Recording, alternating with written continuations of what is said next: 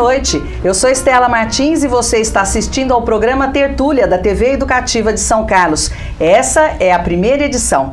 Tertúlia é um termo espanhol para identificar uma reunião de amigos, de parentes ou de pessoas que tenham o mesmo objetivo.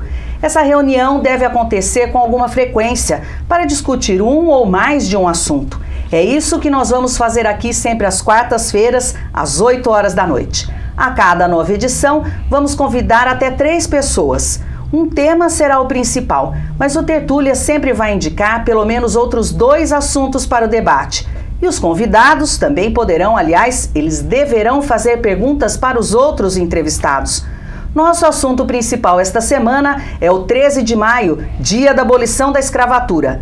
No estúdio da TVE está o professor Walter Silvério, que é o coordenador do NEAB, da UFSCar, o Núcleo de Estudos Afro-Brasileiros. Está também a Miriam Franco, da JOB Terceirização, com quem nós vamos falar sobre a terceirização do trabalho em época de crise econômica.